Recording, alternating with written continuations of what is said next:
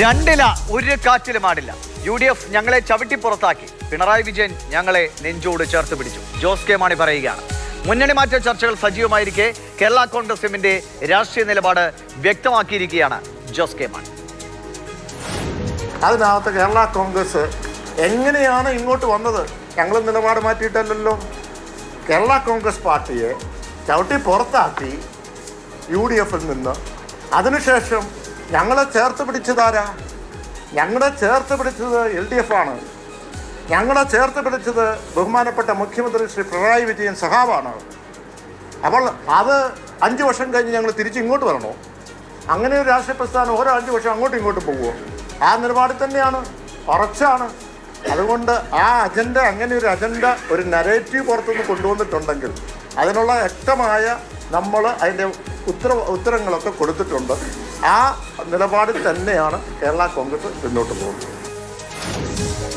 തലങ്ങും വിലങ്ങും ചർച്ചകൾ നടക്കുന്നതിനിടെയാണ് ഇനി ആരും അഭ്യൂഹം ഇറക്കേണ്ട എന്ന നിലയിൽ ജോസ് കെ മാണി പ്രതികരണവുമായി രംഗത്തിറങ്ങിയത്.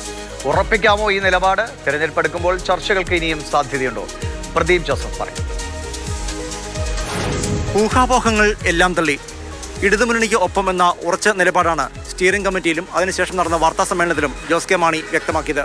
സ്റ്റിയറിംഗ് കമ്മിറ്റി യോഗത്തിൽ മുന്നണി വിടുന്നത് സംബന്ധിച്ചുള്ള ഊഹാപോഹങ്ങൾ കാര്യമായ ചർച്ചയായതേയില്ല. ഈ വിഷയം നിലവിൽ ചർച്ച ചെയ്യേണ്ട കാര്യമില്ലെന്നും ഇപ്പോൾ പുറത്തുവരുന്ന വാർത്തകളിലും വ്യാഖ്യാനങ്ങളിലും പാർട്ടിക്ക് ഉത്തരവാദിത്വമൊന്നും ഇല്ല എന്നും ജോസ് കെ മാണി തുടക്കത്തിൽ തന്നെ വ്യക്തമാക്കി.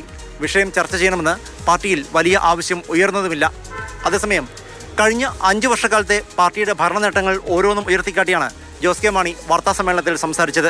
വനം വന്യജീവി സംരക്ഷണ നിയമത്തിലെ ഇടപെടലുകൾ, തെരുവുനായ വിഷയം, EWS വിഷയം, ഭിന്നശേഷി അധ്യാപക നിയമനം, അങ്ങനെ സകല മേഖലകളിലും ഭരണപക്ഷത്തിരുന്നുകൊണ്ട് പ്രതിപക്ഷത്തെ പോലെ നടത്തിയ ഇടപെടലുകൾ അദ്ദേഹം ഓരോന്നോരോന്നായി എണ്ണി പറഞ്ഞു. 5 വർഷം മുൻപ് UDF ചവിട്ടിപ്പുറത്താക്കിയപ്പോൾ തങ്ങളെ ചേർത്ത് പിടിച്ചത് പിണറായി വിജയൻ സഖാവും CPM-ഉം ആണ് എന്നായിരുന്നു ജോസ് കെ മാണിയുടെ വാക്കുകൾ. അതുകൊണ്ട് തന്നെ അവർക്ക് ഒപ്പം ചേർന്ന് പോകും. നിയമസഭാ തെരഞ്ഞെടുപ്പിൽ 13 സീറ്റുകൾക്ക് സ്വാഭാവികമായി ഇത്തവണ അർഹതയുണ്ട്. കൂടുതൽ സീറ്റുകൾ ചോദിക്കും, അത് ലഭിക്കുമെന്ന് പ്രതീക്ഷിക്കുന്നതായും അദ്ദേഹം പറഞ്ഞു.